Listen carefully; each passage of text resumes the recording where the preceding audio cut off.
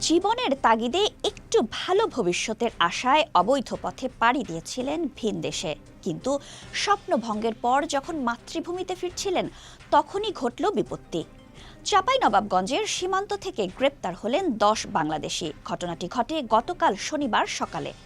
Border guard Bangladesh, সংক্ষেপে BGB, সদর উপজেলার বকচর সীমান্ত থেকে এই ১০ জনকে আটক করে।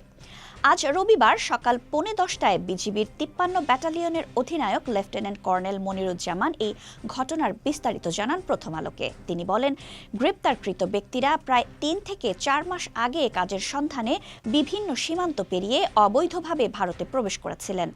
অবশেষে কাজ শেষে যখন তারা বকচর সীমান্ত দিয়ে বাংলাদেশে ফিরছিলেন, তখনই কর্তব্যরত বিজিবি সদস্যরা তাদের আটক করতে সক্ষম হন।